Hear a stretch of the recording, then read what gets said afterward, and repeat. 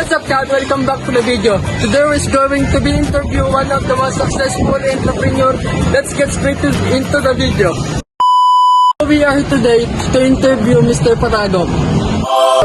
If you don't mind, we are going to interview you now. Alright. First question. What inspired you to start your illustration business? What inspired me to start my illustration business?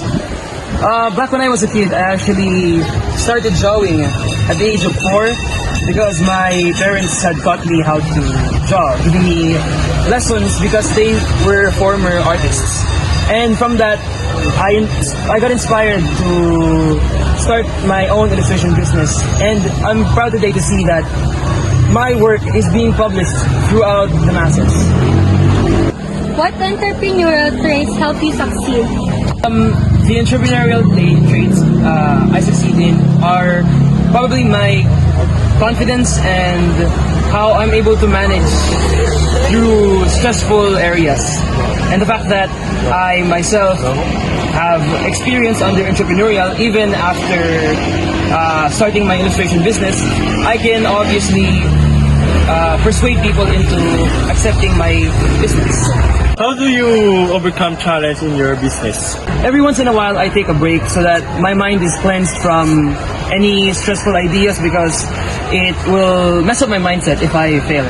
Say, if I mess up within a business standpoint, I take a break so that my mind is clear from all of the negativity. That's all. How do you handle a client and deadline? I will jot that down and be prepared for the next meeting and the next week. What advice would you give to aspiring young illustrator? I'd say never give up on what you enjoy. If you enjoy illustration, I think it's best that you keep on pursuing that because it's something that you find joy in. If you don't do that, then what are you, basically? So, my one true advice for young illustrators is to never give up. Whenever or whatever challenges may come and whatever hurdles you may face, never give up. That's all. Thank you. It's been a pleasure interviewing you today, Mr. Patagok. Farewell and have a good day.